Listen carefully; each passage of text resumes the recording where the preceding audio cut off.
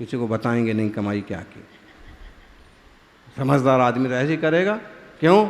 अगर हम ज़्यादा बतावा बतू भी करते हैं तो अभी हाल लेने वालों की कमी थोड़ी है।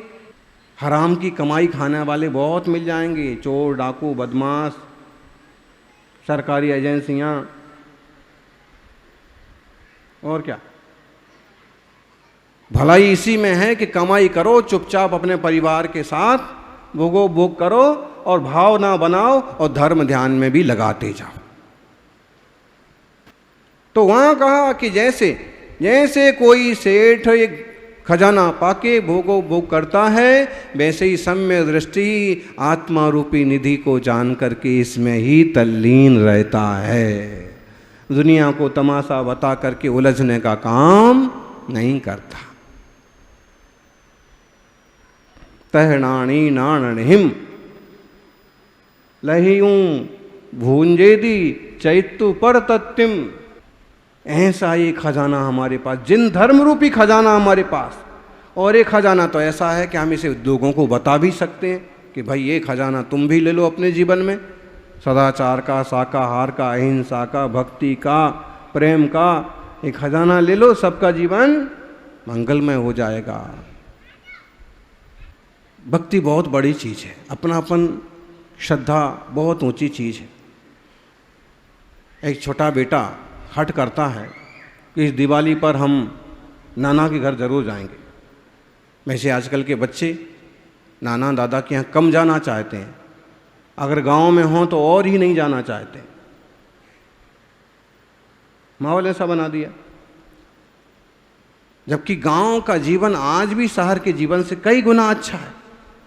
सुविधाएं भले थोड़े कम हों, लेकिन जो प्राकृतिक वातावरण होता है, प्रैक्टिकली जो जमीन से लग कर के सीखने का मौका मिलता है, वो कहीं नहीं मिलता। तो उसने कहा कि मम्मी मुझे तो नाना के यहाँ जाना। माँ ने समझाया, बेटा इस बार कमाई अच्छी नहीं हुई है, पापा को भी बहुत ज़्यादा फायदा नहीं हुआ है, बोनस नहीं मिला है, जाएंगे कुछ तो खर्च होगा, कुछ तो देना भी पड़ेगा। नाना नानी कुछ देंगे वो बात अलग है, लेकिन अपना भी तो कर्तव्य बनता है, इसलिए नहीं जाएंगे इस दीपावली पर, बाद में जाएंगे। उसने कहा ना मुझे तो जाना है, जाना है। तो मैंने कहा कि तो जाना है तो जा। बच्चा सच में तैयार हो गया कि मुझे तो जाना है, चल दिया। तो मैंने फिर जाते जाते उसको समझाया कि जाता है तो जा, लेकिन कभी डर लगे, कभी दुख हो, तकलीफ हो, तो ये चिट्ठी पढ़ लेना। छोटी सी चिट्ठी उसको दे दी। गया, रेलगाड़ी में बैठ गया, रेल में बैठा, और लेकिन बच्चों में कई बार उत्साह तो बहुत होता है, लेकिन जब कई लोग होते हैं उत्साह तो बहुत होता है, लेकिन जब परिस्थितियां सामने आती हैं तो फिर उत्साह ठंडा पड़ने लगता है। बहुत लोग मिलेंगे आपको, ये काम करना, वो काम करना, ऐसा करेंगे, वैसा करेंगे, लेकिन जब करने की बारी आती है और जब परिस्थितियां सामने आती हैं और जब समस्याएं खड़ी होती हैं तो हाथ पांव फूलने लगते। उसमें ज़्यादातर लोग ऐसे होते हैं कि शुरू करने के पहले ही कहते कि भाई इसका तो विचार करके ही अपने को कैसे होगा, अपने से तो नहीं होगा, कैसे होगा, कब होगा, क्या होगा, ये तो वो ही बता सकते हैं। फिर दूसरे लोग होते हैं कि हिम्मत करके कर करा के चालू तो करते हैं, लेकिन बीच में यहाँ तक तो हमने कर लिया, अब अपने बस का काम। लेकिन सबसे हिम्मत वाले लोग होते हैं कि जो श्रेष्ठ काम शुरू करते हैं अंततः उसको पूरा करने तक लेकर के जाते हैं, कलश चढ़ा करके प्रतिष्ठा करा के ही छोड़ते हैं। ऐसे कम मिलेंगे आपको। बच्चा घबरा गया, घबराने के बाद भी थोड़ी हिम्मत रखी, फिर सोचने लगा कि वापस चला जाऊं, फिर देखा कुछ नए चेहरे, फिर कोई दाढ़ी वाला बाबा आ गया। अब सुन रखा था कि ये जो है बाबा लोग तो ऐसे होते हैं, वैसे होते हैं, पकड़ लेते हैं। 10-12 साल का बच्चा और घबरा गया। फिर सोचा कि यही क्या होगा, अब क्या करें। तभी याद आया चिट्ठी पढ़ते। चिट्ठी पढ़ी, चिट्ठी में लिखा था, चिंता मत कर, मैं पीछे वाले डिब्बे में बैठी हूं। क्या लिखा था? इतना सुनना था, इतना पढ़ना था कि उसको हिम्मत आ गई। उसने कहा कि अरे मम्मी तो पीछे वाले डिब्बे, मम्मी की माँ है आखिर, नानी के पास मम्मी को क्यों नहीं जाना होगा, मम्मी होगी, पक्का होगी। तभी तो चिट्ठी पढ़ के उसको बड़ी हिम्मत आई, बड़ा खुश हो गया और फिर बैठ गया। अब फिर कोई बाबा आए, कोई दाढ़ी वाला आए, कोई कुछ भी कहे तो उसको कोई फर्क नहीं पड़ता, अभी मस्त है। जब स्टेशन पर पहुंचा, उतर गया, पीछे वाला डिब्बा भी पूरा खाली हो गया, लेकिन कोई नहीं मिला। लेकिन ये पक्का हो गया कि अब तो नाना का घर वो सामने ही रहा, दौड़ के और पहुंच गया घर पर। बात ये है कि कोई माँ आपके साथ है, कोई पिता आपके साथ है कि नहीं है, कोई गुरु आपके पास है कि नहीं है, कोई भगवान आपके साथ है कि नहीं है, लेकिन उनके होने का एहसास ही आपकी यात्रा को पार पाड़ने में समर्थ है।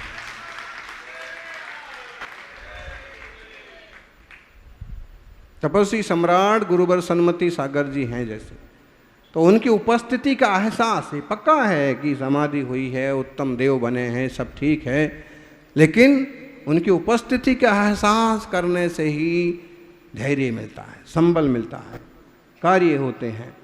ऐसे ही और जिनवाणी माँ तो उपस्थित है, भले पीछे वाली अलमारी में हो, मंदिर वाली अलमारी में रखी हो, है तो मुनिराज भले दूर बैठे हों, लेकिन है तो उपस्थिति, एहसास, ऐसे ही प्रभु जी उपस्थित हैं, मेरे दिल में विराजमान है। इस तरह के एहसास से जीव को साहस मिलता है, सन्मार्ग पर बढ़ने की हिम्मत मिलती है। मेरे से कोई पाप ना हो जाए, मेरे से कोई दोष ना हो जाए, कोई आसाधना ना हो जाए, इस तरह की सावधानी बनी रहती है। इसलिए एहसास करो। और ये भक्ति रूपी गंगा, आचार्य देव ने कहाँ कहाँ से ऐसे सुंदर उदाहरण और शब्द खोजे। भक्ति रूपी गंगा बोले कहाँ से निकलती है? अब लोग कहते हैं कि शिव जी के जटाओं में गंगा एक देवी है, उसके मुंह से निकलती,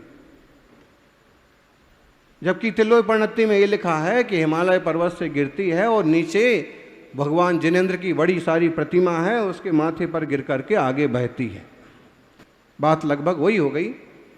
यहाँ थोड़ा सा और उसको एक प्रैक्टिकली पेश किया। प्रत्युत्पन्ना नय हिमगिरे रायता चामृताब्धे या देव तत्पदकमलयोः संगता भक्ति गंगा चेतस्तस्यां मम रुचिवसा दाप्लुतं क्षणलिताः कल्मा संयद भवति किमियं देव संदेह भूमि। शिव जी से गंगा निकली, ऐसे लोग मानते हैं। आजकल तो गंगोत्री सबको पता है कि कहाँ है, और वहाँ ऐसा कोई नहीं है कि, फिर भी लोक मान्यताएं अपने हिसाब से चलती रहती हैं। अब यहाँ इसका मतलब ये लेना, शिव का मतलब ऋषभ देव, शिव का मतलब ऋषभ, और ऋषभ देव की जो दिव्य ध्वनि खिरी वो जिन वचन रूपी गंगा, फिर वो जिन वचन रूपी गंगा वहां से निकल के कहाँ तक जाती? सर्वांग से खिरती है। इसलिए लोगों ने कल्पना कर ली, हे देव नए हिमगिरे, नए हिमगिरे मतलब नए रूपी हिमगिरी। कहाँ से निकलती है जिन वचन रूपी गंगा? बिना नए निश्चय, बिना प्रमाण के जिनवाणी को समझा नहीं जा सकता। तो जिन वचन रूपी गंगा शाद बाद रूपी हिमालय से निकलती है। सांची तो गंगा ये वीत रागवाणी, अविचिन्न धारा जिन धर्म की कहानी। कहाँ से निकलती है? वीरे हिमाचल तैनिकिसी गुरु गौतम के मुख कुंड धरी है। बोलो, ये पुरानी पुरानी स्तुतियाँ जबरदस्त हैं। कहाँ से निकली? वीर जिनेंद्र रूपी हिमालय पर्वत से निकली। फिर कौन से कुंड में गिरी? गुरु गौतम गणधर रूपी कुंड में गिरी। फिर वहाँ से हम सब तक पहुँची। तो नए रूपी हिमालय पर्वत से प्रत्युत्पन्ना उत्पन्न हुई और अमृताब्धा, अमृताब्ध, अमृत समुद्र कौन सा है? मोक्ष, जहां फिर कोई मरता नहीं है, एक बार सिद्ध हो गए। अमृताब्धा, अमृत तक, अमृताब्ध तक आया था। लंबी, कितनी लंबी हो गई नदी? निकलती तो है जिन बचन के मुख नैर निक्षेपों से और जाती है मोक्ष तक। इतनी बड़ी लंबी नदी, इतनी लंबी नदी तो दुनिया में कोई है ही नहीं, लेकिन ये जिन बचन रूपी गंगा है इतनी लंबी, जो यह त्वत्पद कमल हो, आपके चरण कमल संबंधी भक्ति रूपी गंगा। भक्ति बिना नए निक्षेपों के संभव नहीं है, और अगर बिना नयों को जाने भक्ति हो रही है तो झूठी भक्ति होगी, और भक्ति नहीं हो रही है तो व्यक्ति नए निक्षेपों को जानता नहीं। क्या समझे? अगर लोग ऐसे कहने लग जाएं ये तो सब असद्भुत व्यवहार नए से होता है, आहार दान वगैरह सब असद्भुत व्यवहार नए से होता है, मुनिराज के भगवान के चरण छूना, अभिषेक करना सब असद्भुत व्यवहार नए का विषय है, इसकी क्या ज़रूरत है? ऐसा कहने वाला भी मोक्ष मार्गी नहीं है। अगर उसको ये समझ में आ गया है कि असद्भुत नए का विषय है, इसका मतलब है विषय उसको समझ में आ गया है, और वह जो क्रिया उसके योग्य है उस भूमिका में वो करेगा। तत्व समझ में आ गया। जिसको असद्भुत व्यवहार नहीं समझ में आया उसको सद्भुत व्यवहार नहीं भी समझ में आया, उसको शुद्ध नहीं भी समझ में आया, उसको निश्चय व्यवहार भी समझ में आया। ऐसा जीव संसार से पार होगा। और अधकचरा ये व्यवहार नहीं है, व्यवहार तो सब झूठा है, सब छोड़ो। अरे ज्ञानी, व्यवहार सर्वथा झूठा नहीं है। आचार्य देव अमृतचंद्र हमारे गुरुओं के गुरु, वो खुद 12वीं गाथा में अपनी टीका में पता नहीं कितनी पुरानी गाथा ढूंढ करके लाते हैं और लिखते हैं, जबकि उसको वहाँ लिखना कोई ज़रूरी नहीं है कि वो लिखें। वो तो संस्कृत के बड़े आचार्य हैं, उनने अपनी संस्कृत की टीका में एक प्राकृत गाथा डाली। पूरे समय सार में ले लो, एक ही प्राकृत गाथा डाली उनने एक्स्ट्रा, पुराने किसी आचार्य की, और वो गाथा सिर्फ ये कहने के लिए जय जिणमयम पवज्जः तामा व्यवहार निश्चये मुयः एकेण विना छिज्जयि तित्थम अन्येण उण तच्चम। उनने इसको कितना जरूरी समझा होगा कि भोंदू लोग कहीं हमारी बातों को ना समझी से कुछ का कुछ ना कर डालें। उनने एक गाथा स्पेशल रखी, शुद्धो शुद्धादेशो नायब्बो परम भाव दर्शिहिम व्यवहार देशिदापुण जेदु अपरिमेठिता भावे। आज सुबह समय सार का स्वाध्याय चल रहा था और एक ज्ञानी मुनि महाराज बोल पड़े कि मेरा क्रोध तो हमेशा के लिए खत्म हो जाए, लेकिन ये 4 चीज़ें नहीं होना चाहिए। एक तो कोई मेरा मजाक ना करे, दूसरा कोई मेरी चीज़ें ना उठाए, तीसरा 4 चीज़ें बताई। अब इतना लंबा व्याख्यान सबको याद नहीं रह पाता है। ये कोई पास में ना हो मैं तो मुझे कभी गुस्सा नहीं आएगा। आप सब लोग एक ही महाराज को देख रहे हो, क्या बात?